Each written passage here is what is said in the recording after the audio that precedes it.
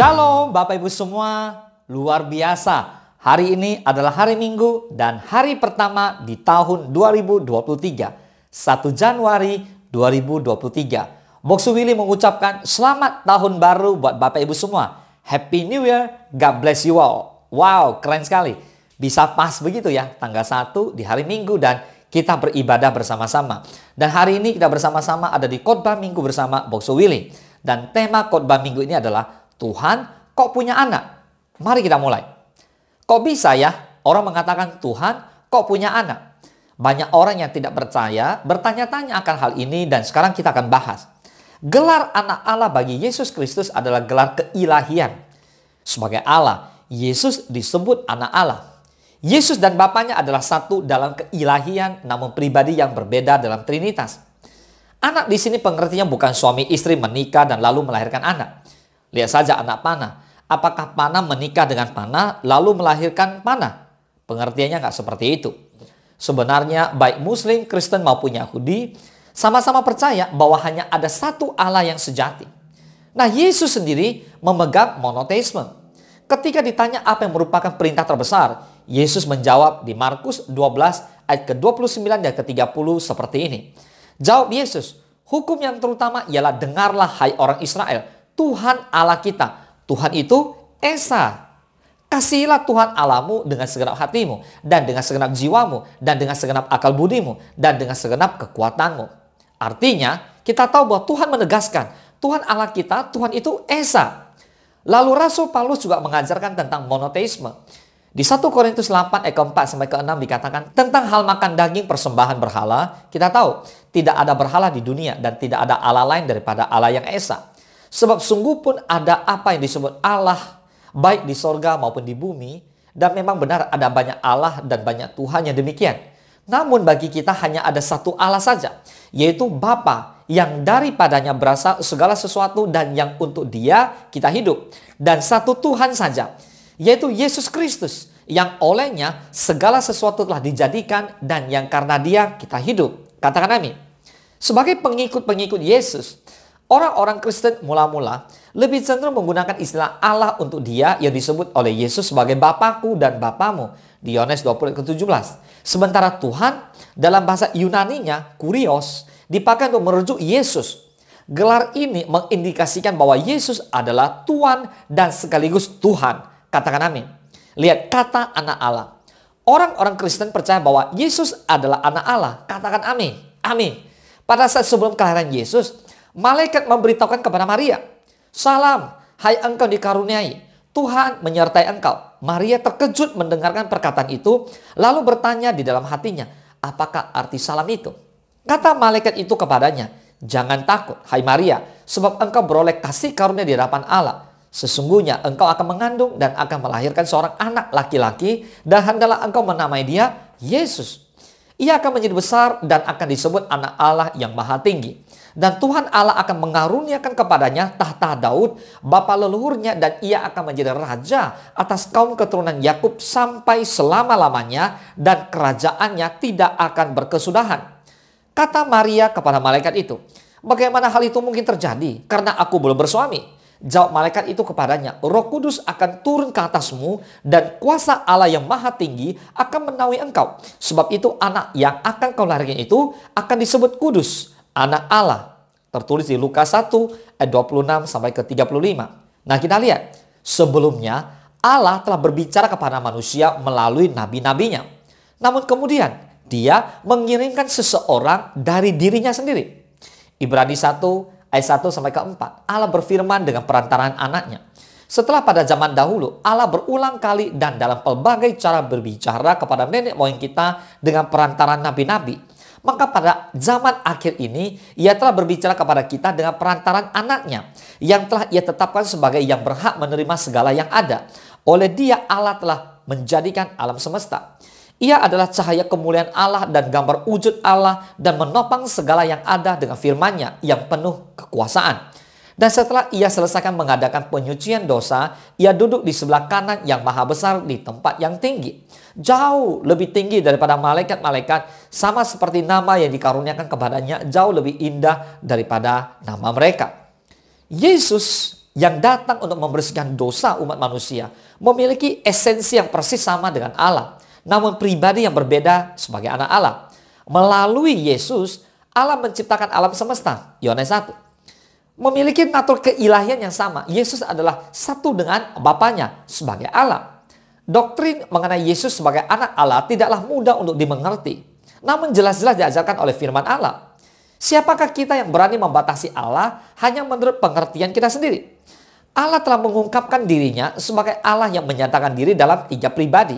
Allah Bapa, Allah Putra, dan Allah Roh Kudus. Nah, sekarang kita lihat kesaksian orang-orang yang mengatakan bahwa Yesus itu Allah. Pertanyaannya, apakah Yesus benar-benar anak Allah? Nah, ketika orang-orang menyaksikan mujizat-mujizat, pengajaran, kematian, dan kebangkitannya, mereka percaya dan bersaksi bahwa Dia adalah Allah. 1 Yohanes 4 ayat ke-14 sampai ke-15. Dan kami telah melihat dan bersaksi bahwa Bapa telah mengutus anaknya menjadi juru selamat dunia. Barang siapa mengaku bahwa Yesus adalah anak Allah, Allah tetap berada di dalam dia dan dia di dalam Allah. Lalu di Matius 14 ayat ke-32 sampai ke-33. Lalu mereka naik ke perahu dan angin pun redalah. Dan orang-orang yang ada di perahu menyembah dia, katanya, sesungguhnya engkau anak Allah. Wow. Petrus, murid Yesus pun bersaksi di Matius 16 ayat ke-13 sampai ke-17. Setelah Yesus tiba di daerah Kaisarea Filipi, ia bertanya kepada murid-muridnya, kata orang, siapakah anak manusia itu? Jawab mereka, ada yang mengatakan Yohanes Pembaptis, ada juga yang mengatakan Elia, dan ada pula yang mengatakan Yeremia atau salah seorang dari para nabi. Lalu Yesus bertanya kepada mereka, tetapi apa katamu, siapakah aku ini? Maka jawab Simon Petrus, engkau adalah Mesias, anak Allah yang hidup. Kata Yesus kepadanya, berbahagialah engkau Simon bin Yunus, sebab bukan manusia yang menyatakan itu kepadamu, melainkan Bapa-Ku yang di sorga. Katakan amin. Nah, berikutnya ada seorang wanita yang bernama Marta juga bersaksi di Yohanes 11 ayat ke-25 sampai ke-27. Jawab Yesus, akulah kebangkitan dan hidup. Barang siapa percaya kepadaku, ia akan hidup walaupun ia sudah mati. Dan setiap orang yang hidup dan yang percaya kepadaku tidak akan mati selama-lamanya. Percayakah engkau akan hal ini? Jawab Marta, ya Tuhan, aku percaya bahwa engkaulah Mesias, anak Allah, Dia yang akan datang ke dalam dunia. Wow, luar biasa. So, banyak sekali kesaksian yang menyatakan bahwa Yesus adalah anak Allah. Bahkan perwira militer dan para tentara yang mengawal Yesus saat Yesus mati di atas kayu salib, mereka pun bersaksi. Di Matius 27 ayat ke-54.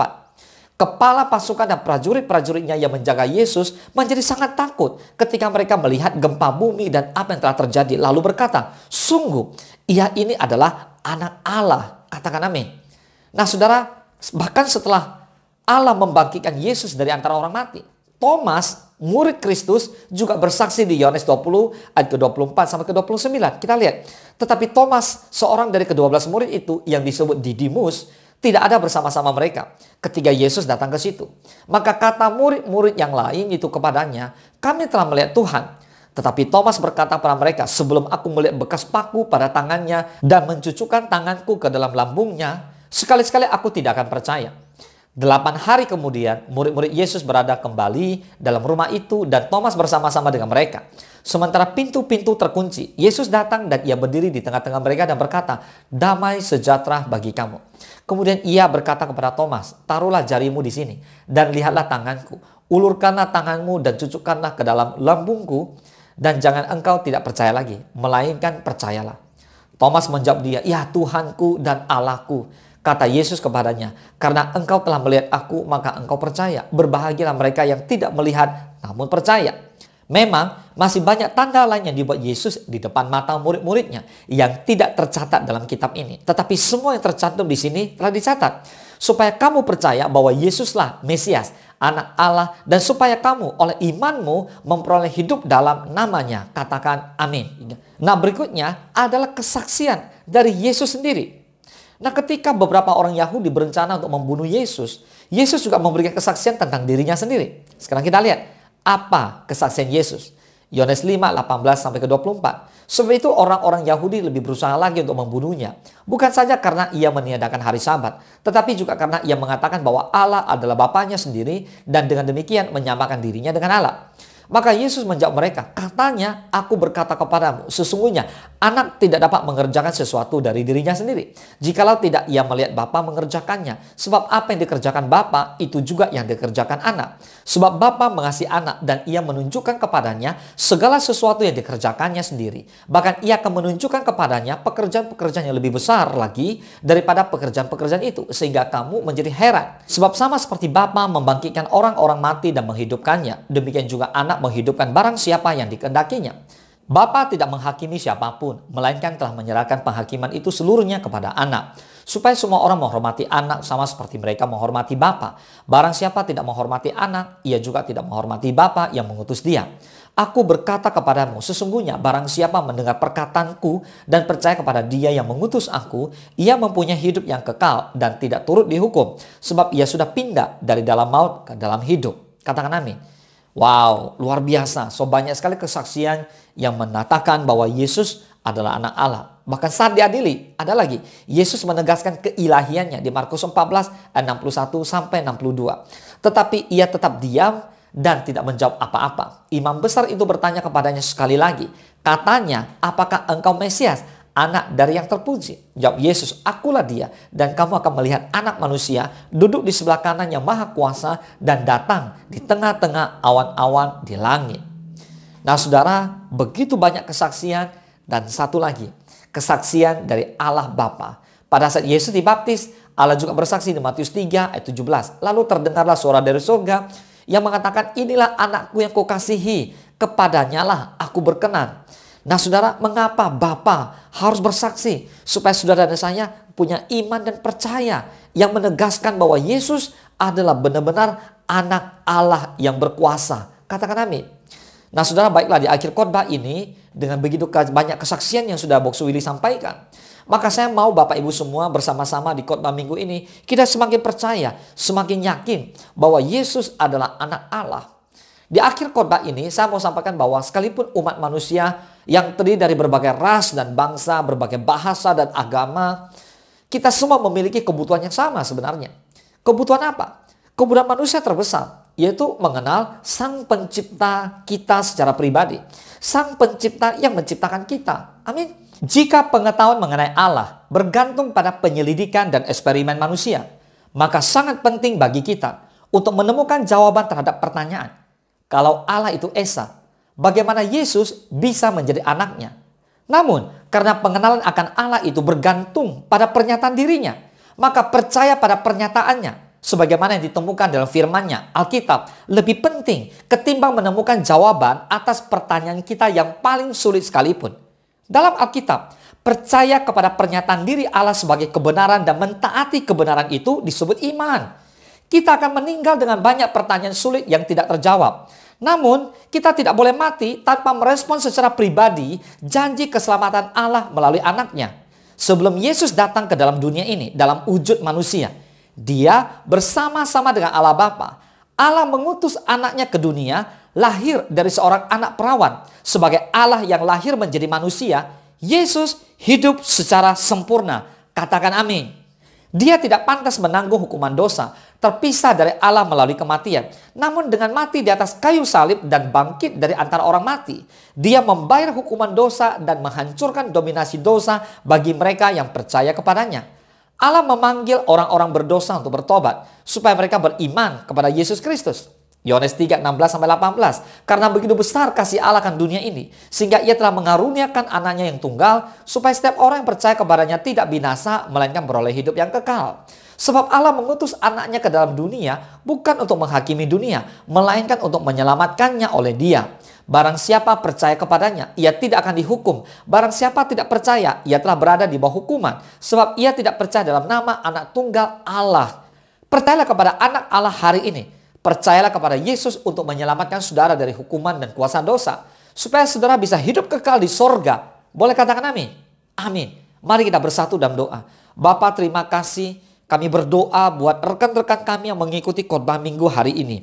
Buat mereka yang ada di rumah-rumah. Bapak, kami berdoa Tuhan bila mereka boleh percaya bahwa Yesus adalah anak Allah yang hidup. Yang sudah datang ke dunia untuk menyelamatkan orang berdosa. Bapak, kami berdoa dalam nama Yesus. Kami rindu beroleh hidup yang kekal. Kami rindu Yesus Engkau datang kali yang kedua untuk menjemput kami semua di awan-awan yang permai. Bapak, kami berdoa dalam nama Yesus. Bukan hanya kami yang diselamatkan, tapi keluarga kami, tetangga kami, teman-teman kami, sahabat kami, saudara kami. Kami rindu boleh lebih banyak orang datang percaya kepada Yesus dan diselamatkan. Kami rindu berjumpa dengan Tuhan dan kami rindu masuk surga. Terima kasih Bapa, terpujilah nama Tuhan. Hanya di dalam nama Tuhan Yesus kami berdoa dan kami mengucap syukur. Haleluya. Mari sama-sama kita katakan amin.